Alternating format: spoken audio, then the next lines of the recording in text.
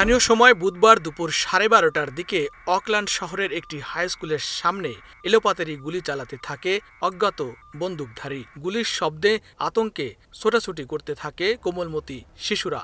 খবর পেয়ে দ্রুত ঘটনাস্থলে পৌঁছায় পুলিশ। আশপাশের এলাকা ঘিরে ফেলে চলে অভিযান।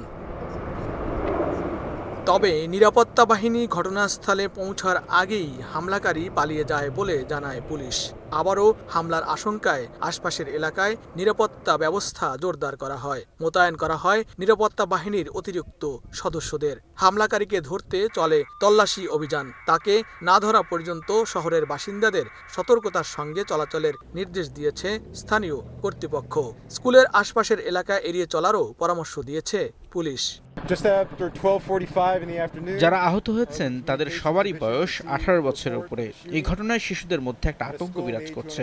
অভিভাবকরাও খুবই চিন্তায় আছেন। তাদের বলতে চাই, ভয় পাওয়ার কোনো কারণ নেই। হামলাকারীকে ধরতে আমাদের সব চেষ্টা অব্যাহত রয়েছে। আমাদের বিভিন্ন টিম এ বিষয়ে কাজ করছে। এদিকে গত মে মাসে টেক্সাস অঙ্গরাজ্যের ইউভালদে শহরের একটি স্কুলে বন্দুকধারীর নৃশংস হামলায় 19 শিক্ষার্থী নিহতের ঘটনায় এমনিতেই দেশটির স্কুলগুলোতে চরম আতঙ্ক বিরাজ করছে। ওই হামলার রেশ কাটতে না কাটতেই নতুন করে অকল্যান্ডের এই হামলার ঘটনা ঘটল।